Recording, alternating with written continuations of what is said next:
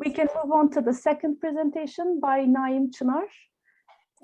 He will be presenting about challenges in data privacy. Okay, let me share my presentation with you first. Yes, of course.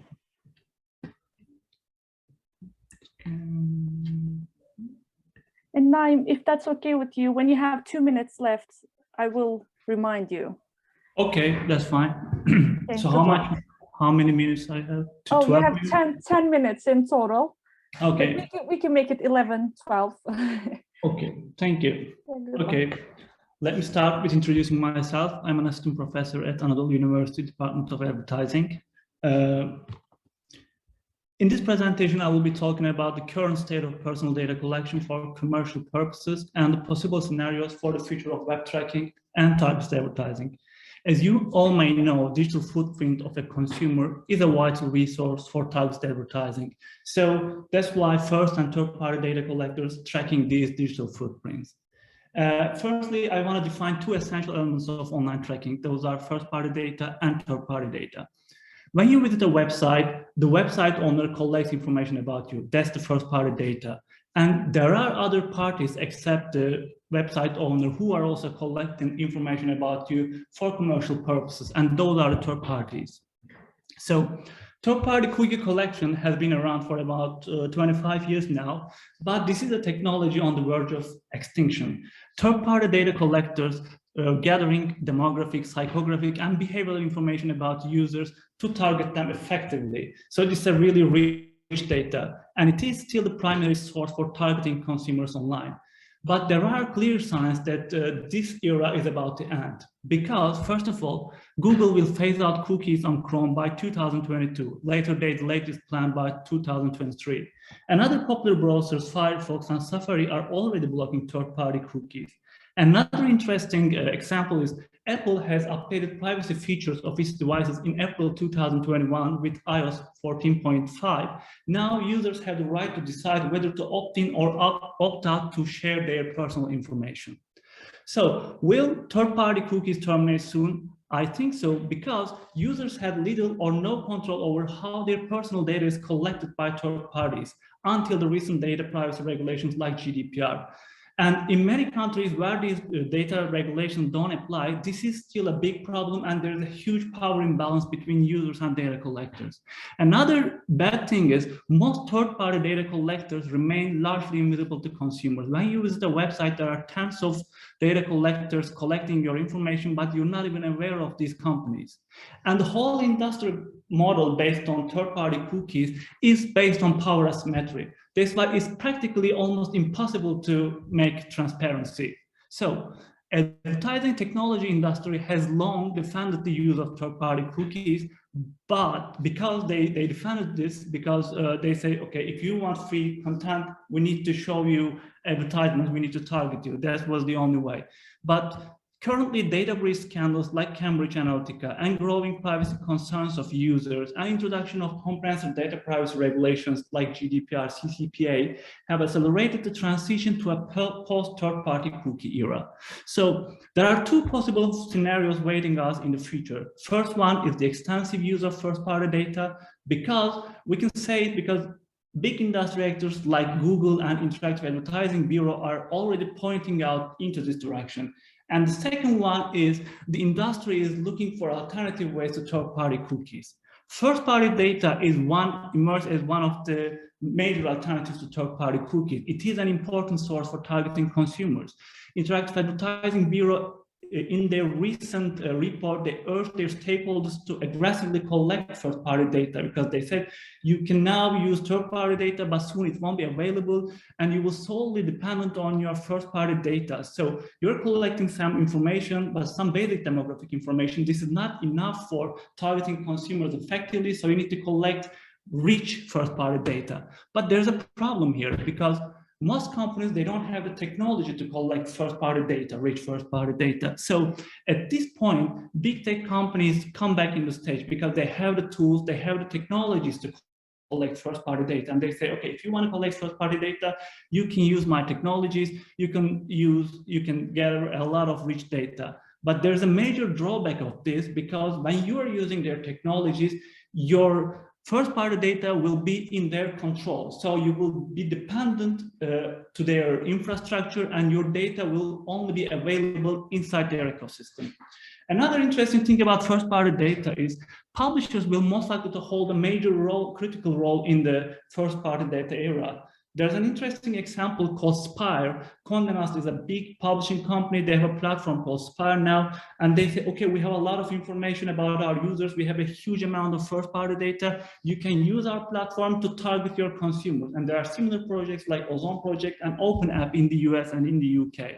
So this is interesting because publishers will likely to build walled gardens just like Google, just like big tech companies. This first-party data collection trend appears to create some problems. First of all, it will create a disadvantage for smaller brands and publishers because they will be more dependent on the infrastructure of the walled gardens like Google and Facebook, and also new walled gardens like the publisher alliances, which I just mentioned. So this will lead to more asymmetrical relations in the advertising technology industry. In the second scenario, besides first-party data collection, the industry is looking ways, alternative ways to third-party cookies, and the most popular ones I've listed here. The first one, Google has just started up initiative called the First Privacy Sandbox. And they have two proposals inside this initiative. And in the FLOC proposal, users are placed within cohorts in groups based on their browsing behavior to reach them with relevant content and ads. The idea is to allow advertisers to target a cohort of users with similar browsing histories without revealing their identities and individually tracking them. And FLEDGE is another proposal of the Privacy Sandbox initiative, and this proposal intends to allow retargeting to continue to work in a world without third-party cookies, because in the third-party cookie system, retargeting is the essence of the system. So they're trying to reinvent ways to retarget consumers to effectively target them. In the FLEDGE proposal, website owner or even a DSP, demand-side platform, can assign the visitor's browser to an interest group based on their actions on that site. Ad seller platforms can initiate a bidding process to determine which ad to show based on the assigned interest group of the user. In the FLEDGE proposal, the information is stored on the user's browser, not by the advertiser or any ad tech platform, unlike the third-party cookie system. But there are some concerns over Google's proposal. If Google's proposal will dominate the future of programmatic advertising, this might further solidify Google's dominance in the ad tech industry. And Electronic Frontiers Foundation described this proposal as a way to reinvent behavioral targeting, which means it's no different than third-party cookie collection. It's so similar. It's just the same person with different clothes.